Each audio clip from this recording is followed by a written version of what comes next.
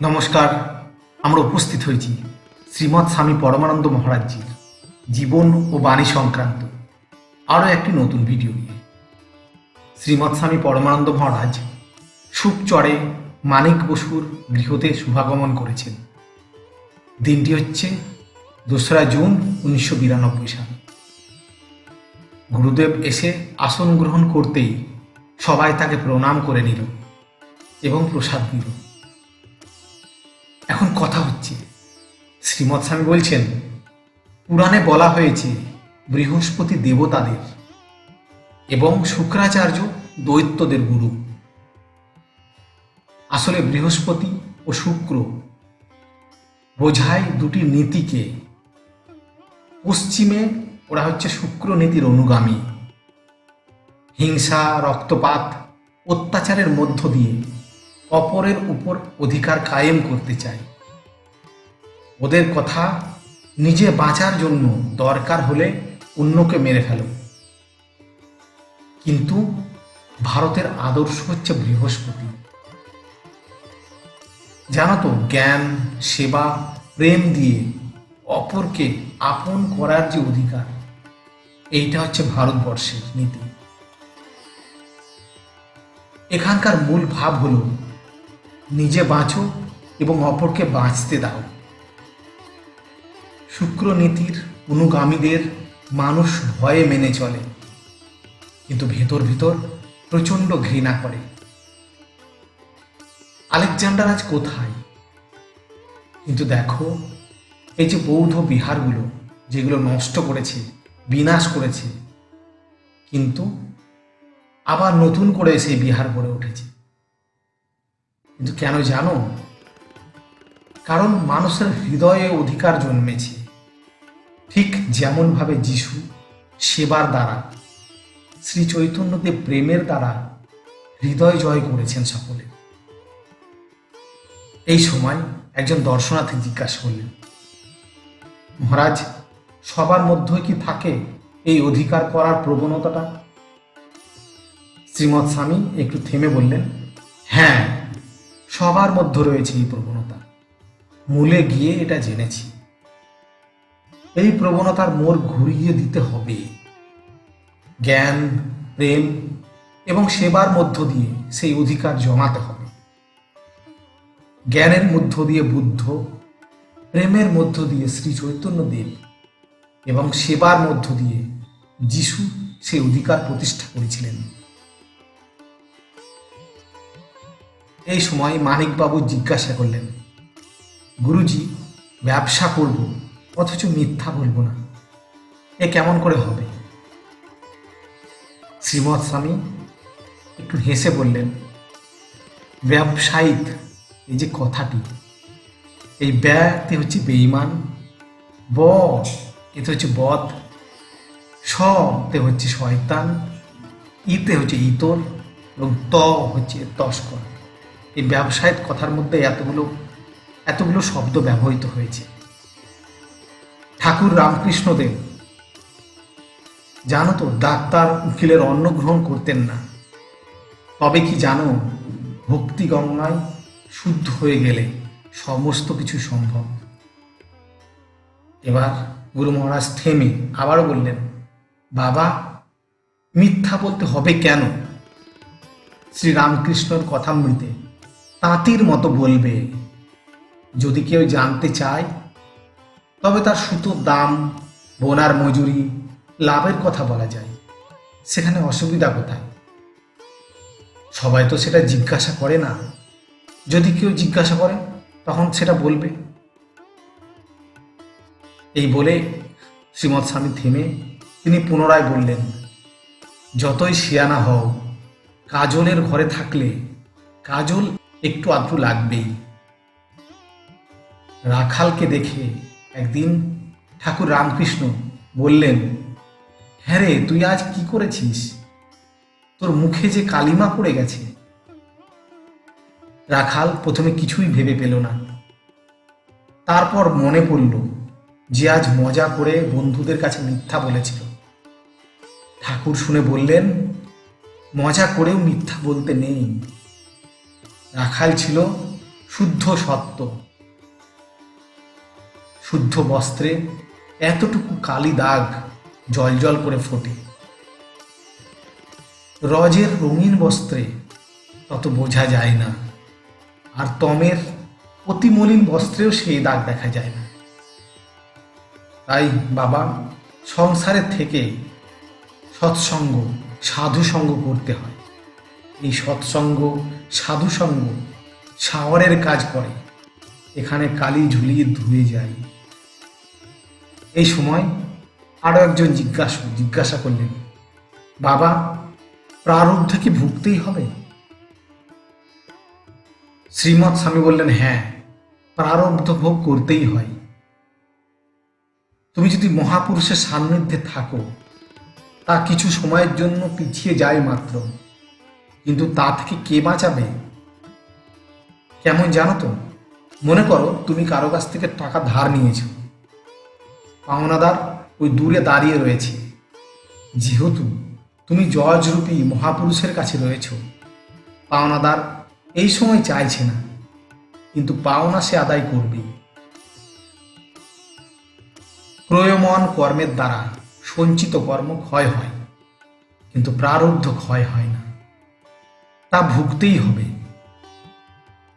এই সময় একজন দর্শনার্থী জিজ্ঞাসা করলেন, বাবা, সব পথেই তো তার কাছে যাওয়া যায়, তাই না? এবার শ্রীমৎ স্বামী বলছেন, ওই যে যত মত তত পথ বলা হয়েছে, তা হচ্ছে প্রাথমিক পাঠ। অলি গলি রাস্তা সব শেষে গিয়ে কিন্তু তোমাকে সে রাজপথে মিশবে। তুমি রাজেশ্বরের দর্শন পেতে হলে তোমাকে তো রাজপথ ধরতেই হবে। সুষুম্নাই হলো রাজপথ, ওই এক পথ। পথ অনেক নয়, ভাব অনেক, মত অনেক।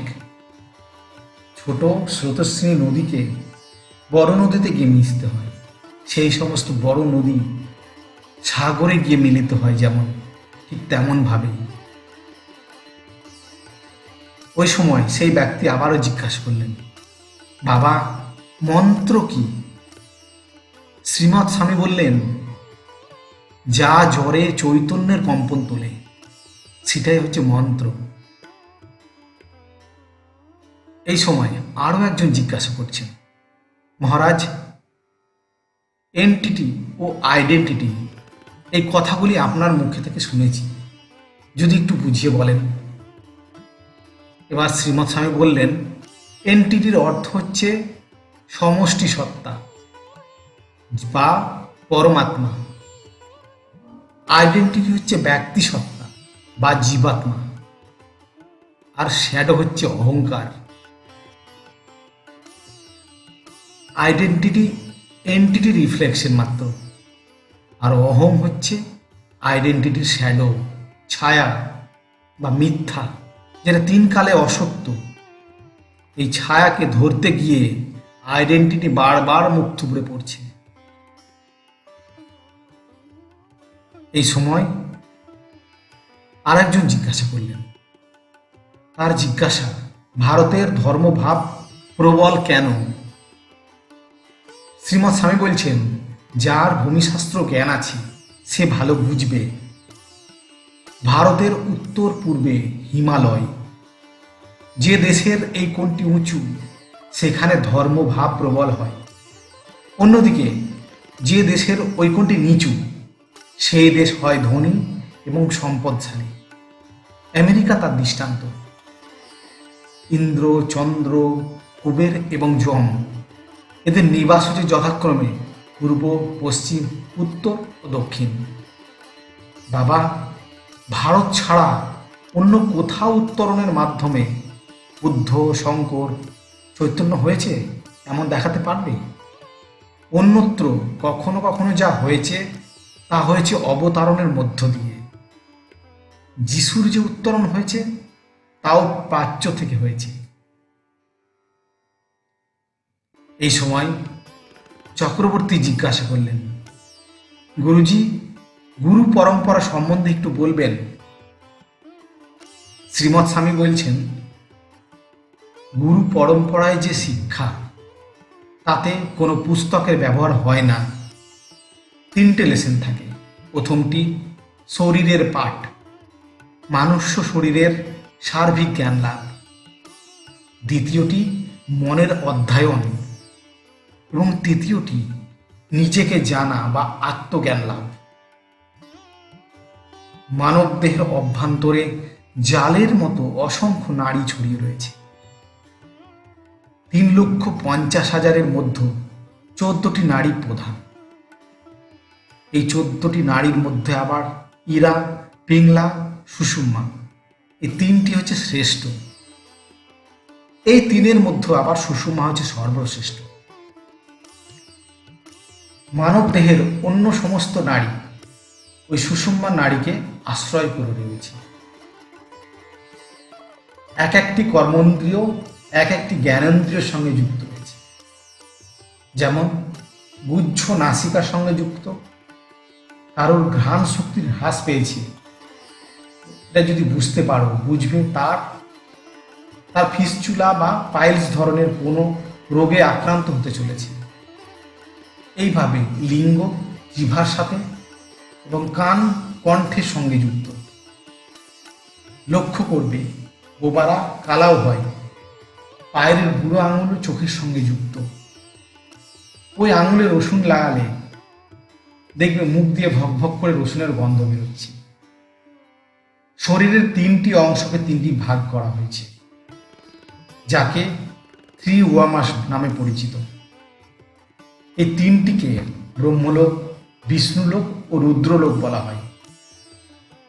এই 3টির প্রত্যেকটিতে একটি করে ষটকোণ রয়েছে।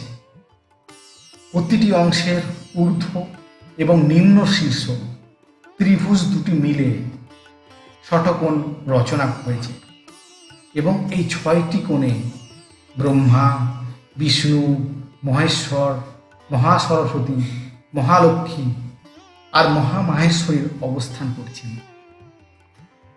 এই সময় আরেকজন দর্শনার্থী জিজ্ঞাসা করলেন, বাবা, শিব মন্দিরের বিশেষত্বটা কি? শ্রীমৎ স্বামী বলছেন, শিবলিঙ্গ স্থাপন করা হয় মন্দিরের ঠিক সেন্টারে। অন্য মন্দিরের বিগ্রহ থাকে এক পাশে। শিবলিঙ্গটি মন্দিরের চূড়ার সাথে ভার্টিক্যালি 90 ডিগ্রি দিকে থাকে। সেই কারণেই মন্ত্রধ্বনি পাক খেতে খেতে চূড়ায় ইকো হয়। জানো তো, সাউন্ড থেরাপিতে হাঁপানি ভালো হয়। এই বলে শ্রীমৎ স্বামী পরমানন্দ মহারাজ সেদিনের মতো থামলেন। আমরা ভিডিওটি আজকের মতো এখানে শেষ করছি। যদি ভিডিওটি ভালো লেগে থাকে ভিডিওটি অবশ্যই লাইক করুন, শেয়ার করুন এবং এখনও যদি চ্যানেলে সাবস্ক্রাইব না করে থাকেন অবশ্যই আমার চ্যানেলটি সাবস্ক্রাইব করুন এবং পাশে থাকা বেল আইকনটি ক্লিক করুন। ধন্যবাদ।